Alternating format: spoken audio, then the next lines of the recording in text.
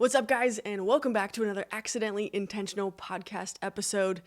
Hey, it is October 2022, and I'm excited about this month because this marks a 2-year Podaversary for Accidentally Intentional. And listen, this has been a journey. I have been so honored to be walking alongside of you guys for the past 2 years for us to become more intentional and more relational with each other. And as you know, when I started this podcast, the goal was to become an anti-small talk podcast. I said, even in the intro of the show, that I hate small talk because I want to get to know someone's heart. And so that was my rationality with it. When I started the podcast, the goal was having conversations with meaningful people in my life to discuss meaningful topics. And the reason I wanted to do that is so that it became approachable and realistic for anyone listening to be like, hey, you know what? Like, I may not feel like I'm crushing it in my friendships right now, but even just listening to these organic, unscripted conversations happen, it makes me believe in my abilities more to be able to have a meaningful conversation with someone. So that's what all of year 1 of the podcast was focused on. And so as we entered into this year, which was year 2, the first month, which was November of last year, I got invited to an influencer event. And that event and the talk I gave there really helped me hone in and lock in on the messaging and my actual goal in putting real language to what Accidentally Intentional is all about. So as we moved into this year, we have been talking about building relational wealth. And relational wealth is what I believe is going to be the most important currency of the future. And depending on which episodes you did and did not listen to, I'm just going to give a quick recap as to what relational wealth actually means in my terms. Because the same way that you invest money into the stock market, which, as you know, if you're listening to this present tense, the market is down, okay? So we're kind of feeling the ramifications of the stock market and the housing market in our lives when it comes to food prices, etc. We're feeling the heat of it because we're feeling like everything is going in a downward trajectory because the ticker is quite literally in the red. And I want us to take that same approach to our relationships, is always taking an inventory of how is my relational market, aka how are my relationships doing? Would I, if you're taking an inventory, you ask yourself, would I consider myself in the red? Or would I be relationally rich in meaningful relationships that help you grow into the person that you want to be and do life with these people as well? So that's been what the whole concept of relational wealth means. And so we have ended year 2 now, which means we're stepping into a new year, which will be the beginnings of the 3rd year of the podcast. It's so crazy to me. And over this next year, I'm actually going to focus the podcast on our relationships with fill in the blank. Now, it could be our relationships with a group of people, like friends or family or anything like that, or it could be relationships with certain concepts, such as my relationship with my body image, my relationship with imposter syndrome, my relationship with accountability, etc. I want to really open this up to a series about my relationships with, as well as continue to bring back the help series, which everyone has seemed to give great feedback on, and maybe do a series about love languages and how that impacts your relationships with your coworkers, your friends, your loved ones, etc. And then here and there, I may continue to sprinkle in episodes of conversations that I have with my friends about how to do something, whether it's how to build discipline in your life, which is an episode we did before, anything like that that can help us become better people and in turn build richer relationships. So there you have it. That is the direction that we are going to be locking in this next year of the podcast. And I have to just say right here how grateful I am for every single person that has downloaded an episode, let alone consistently downloaded the podcast and wanting to tune in and be part of these conversations every week. I could not do this without you, and I'm so grateful for how well you have supported the show, shared it with people, and all the feedback I've gotten of actually taking what we're discussing and implementing it in life. As you know, you can think about something all you want, but if you don't act on it, then nothing's going to happen. This past year has been one of the greatest of my entire life. To kind of do a recap over the past year. Last year, when I came on for the Podaversary episode, I was celebrating. I had also shared that I didn't have a job at that point. And now we're here on the second Podaversary episode, and I have an incredible job. I work for a dream of a company with a dream culture and a dream mission. So I am so excited about where I am in life right now. But also with that, I got engaged this year, this past May, and I'm actually going to become a married woman in one short month. I still can't, I can't believe it. I literally just lost what I was saying because it's so crazy that this moment is almost here. So there have been a lot of big moments that have happened, but with that, the past 6 weeks is what I want to really share a little bit about with you, because you may have noticed that I have been MIA and very much off the regular podcast drop schedule. And that's because I want to open my heart to what has been going on in my world the past 6 weeks alone, okay? In the past 6 weeks, I have booked and since given my first official speaking gigs, which has been absolutely incredible. It's been such an honor, and it has really opened my eyes to how immensely passionate I am about public speaking. And I guess this is my shameless plug.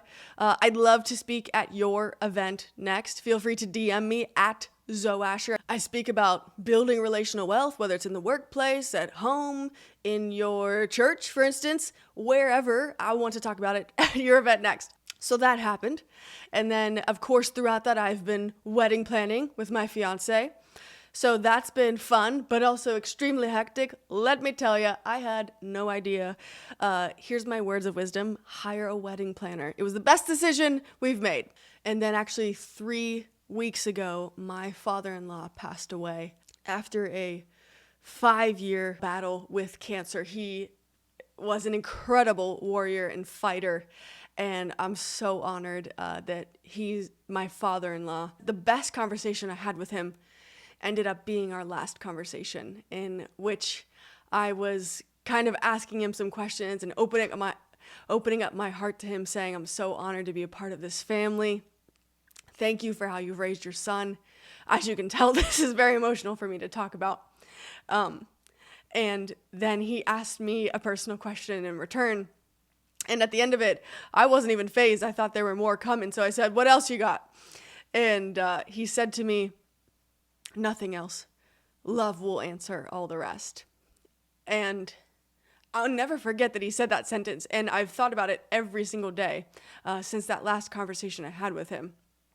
And it was really incredible hearing that, because there's a lot of questions that we are always asking ourselves, especially when it comes to our relationships with others. Like, am I good enough for X? Are they upset with me? There's a ton of pressures that we wear when it comes to being in a relationship with anybody, because we can't read each other's minds. So often we can have all these racing thoughts and questions. And hearing my father-in-law say, love will answer all the rest, almost helped me feel like I experienced a new freedom of, oh, that's right. If I spend my life committed to choosing to love my fiance, soon-to-be husband, and choose to love my family, then ultimately love is what answers all of the other questions we can have. So I just wanted to share that with you guys, because even me getting to have that final conversation with my father-in-law was an extreme gift. Not only was the words he said, but the life he lived, and the way that he loved his family and the way that he served and sought to support his family is something I now am going to be a beneficiary of, and I'm forever grateful for him. And so it's been a very interesting, couple weeks of holding two things together, right?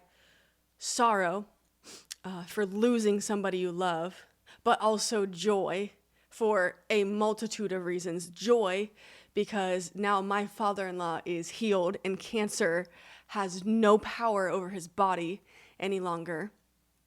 And two, joy for what's about to happen between my fiance and I as we become married, which is ultimately an incredible gift from God to represent his love for the church, aka the body of Christ on the earth. So it is an incredible season because every single day, my fiance and I are learning to rely on God and lean on him more than ever before.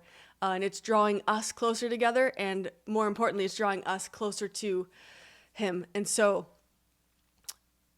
I can say that I'm grateful for this season. Though there is sorrow in it, it is also abundantly clear that God has been with us in it, and not for a moment has he left our side. So for all of you that did know that, I just want to say thank you for your prayers, for thinking of us, for reaching out, asking how you can help, what you can do. Going through this taught me just how darn generous some people are with their time and with their talents, which often involves people cooking meals for us and just being there to walk alongside of us, whether it's emotionally or spiritually praying for us, and people just wanting to give in a multitude of ways because they love us and they want to feel part of it and have the opportunity to stand alongside us in some way. We've been overwhelmed and so grateful for all of our friends and families who have continued to support our new family through this. So obviously that changes things forever. It leaves a permanent mark. And so there's a lot to work through when it comes to grief and what I've been learning about grief and how it comes in waves and how to best stand alongside those who feel it the most. And I definitely want to talk about that in a future episode. And now, Jared and I are lasering in on our wedding in less than a month. And I'm hoping to bring him on, actually, for a special edition Share Our Engagement story here very soon. But I am ending basically talking about this because, as you now have heard, maybe for the first time, there's been a lot that has happened these past couple weeks, these past couple months, and that are going to continue to come these next couple months as well. As it goes from wedding to Thanksgiving to traveling for work multiple times to Christmas to New Year. There's a lot of things and change happening in my personal life. And so because of that, I want to share that I am going to take a step back from the podcast for the remainder of 2022, which means my aim and my hope is to come back refreshed, married, and more recharged than ever and locked on this mission of helping people build relational wealth, coming back in January of 2023. I cherish and value your support, your listenership, and growing with you so much. So, guys, from the bottom of my heart, thank you for how you have supported, how you are supporting, and how you have shown that you want to continue supporting the podcast moving forward. I love you guys so much. I hope you have an incredible holiday season, that you never forget how loved you are, and that you're worth building incredible relationships. I'll see you guys back after the holiday season in January 2023.